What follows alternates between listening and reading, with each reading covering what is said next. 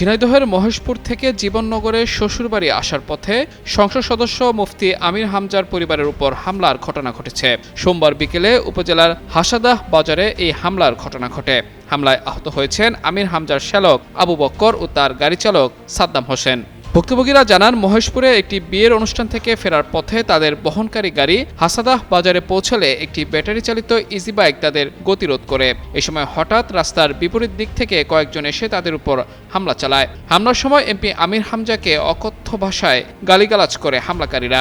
খবর পেয়ে জীবননগর থানার ভারপ্রাপ্ত কর্মকর্তা সুলাইমান শেখ সহ পুলিশ সদস্যরা ঘটনাস্থলে পৌঁছায়। এদিকে এই ঘটনায় একটি মামলা দায়ের করা হয়েছে বলে জানিয়েছে পুলিশ।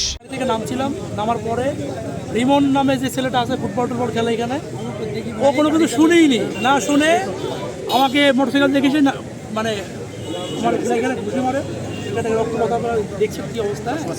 এবং সে একজন এমপিকে যখন আমির হামজা সাহেবের কথা যখন বলি তখন বলে সে এমপিটা আমি গোনার সময় নাই, হ্যাঁ আমাদের দল ক্ষমতায় আমরা হচ্ছে দেখবো কিসের এমপি, হ্যাঁ এই কথা বলে সে এখান থেকে মোটরসাইকেল নিয়ে বের হয়ে চলে যায়।